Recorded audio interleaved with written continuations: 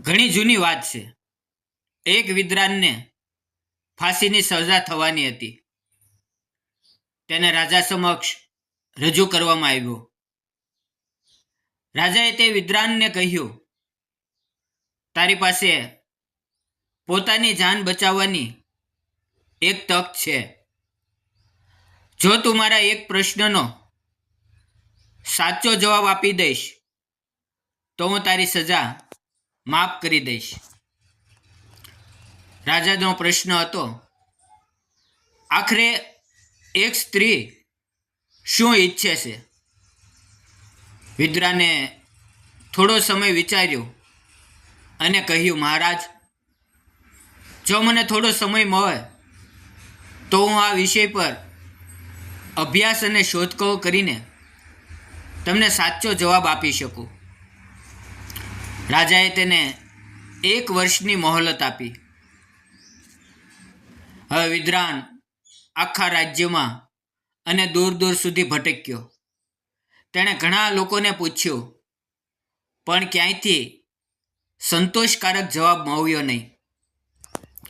એક દિવસ રખડતા રખડતા તે એક ગામના છેવાડે પહોંચ્યો.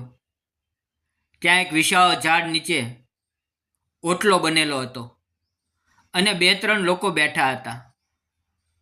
કાળઝાળ ગરમી હોવાથી વિદ્વાને ત્યાં આરામ કરવાનું વિચાર્યું. ત્યાં બેઠેલા લોકોની વાતો સાંભળીને વિદ્વાનને લાગ્યું કે આ લોકો ખૂબ જ જ્ઞાની છે. તેણે પોતાનો પ્રશ્ન તેમની સામે મૂક્યો.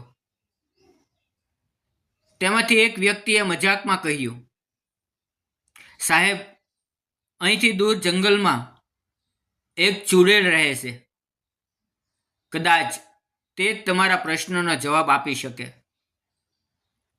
વિદ્વાને તેમની વાત માની લીધી અને જંગલ તરફ ચાલી નીકળ્યો. સાંજ વીતી અને રાત પડી ત્યારે ખરેખર તેની મુલાકાત ચૂડેલ સાથે થઈ. વિદ્વાને ગભરાતા ગભરાતા પોતાનો પ્રશ્ન પૂછ્યો. ચૂડેલે કહ્યું, હું તારા પ્રશ્નનો જવાબ તો આપીશ, પણ મારી એક શરત છે. જો તું મારી સાથે લગ્ન કરી લે તો જ હું તને સાચો જવાબ જણાવીશ. વિદ્વાન ધર્મ સંકટમાં મુકાઈ ગયો. તેણે વિચાર્યું કે જો લગ્ન નહીં કરે તો પણ રાજા તેને ફાંસી આપી દેશે. જીવ બચાવવા માટે તેણે લગ્નની હા પાડી દીધી અને ત્યાં જ તેમના લગ્ન થઈ ગયા.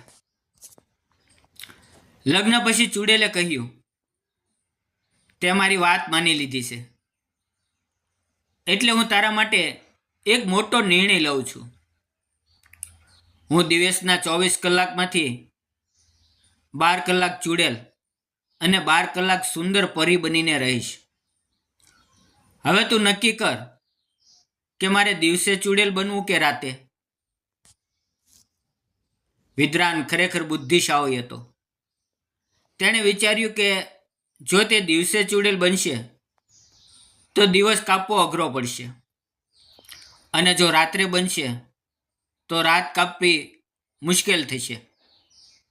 એટલે તેણે બહુ પ્રેમથી કહ્યું, તારી જ્યારે ઈચ્છા થાય ત્યારે તું પરી બનજે, અને જ્યારે તારું મન થાય ત્યારે તું ચૂડેલ બનજે. તને જેમ યોગ્ય લાગે તેમ તું કરી શકાશો. આ સાંભળીને ચૂડેલ અત્યંત ખુશ થઈ ગઈ. તેણે પ્રસન્ન થઈને કહ્યું, તે મને મારી મરજી મુજબ જીવવાની છૂટ આપી છે, એટલે હવે હું કાયમ માટે સુંદર પરી બનીને જ રહીશ. અને આ તારા પ્રશ્નનો જવાબ છે. વિદ્વાને રાજા પાસે જઈને આ જવાબ આપ્યો અને રાજાએ ખુશ થઈને તેની જાન બચાવી લીધી.